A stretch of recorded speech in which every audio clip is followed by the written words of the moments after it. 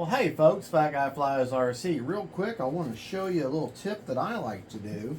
Anytime you have a model, you're getting ready to RC planes, you're getting ready to put together, and it does not have mechanical hinges or pin hinges, and it's just a simple foam pinch hinge like this is.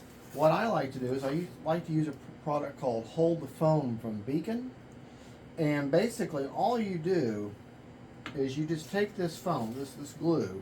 It's like Elmer's glue on steroids, and all you do is you just put yourself a little bead of it. Not real thick, just a touch, real thin bead of there on the control surface itself. Okay, and then you can either take your finger or a Q-tip. I like to take a Q-tip.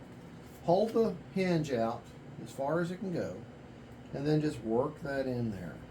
Okay, work that beacon and that glue right on into that hinge. And don't be afraid to get it on your fingers, and don't be afraid of what it does. It won't hurt the foam in any way.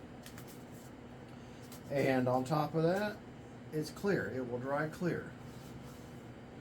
It just makes for a nice, very inexpensive insurance policy for later on down the road, because pinch hinges on foam will become brittle and dry over time,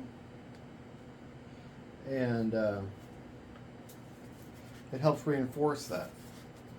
So there you go. You just take your finger, wipe off the excess.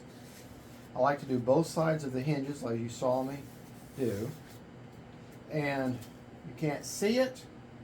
It dries clear and just makes for a very nice insurance policy to keep your hinge healthy and strong for years to come. And that's just one of the Fat Guy little tips on how to protect your foam plane, building a technique, and just a good thing to do. You know, a little extra protection will go a long way. Keep you from having a flying model to a flying brick. Bye-bye.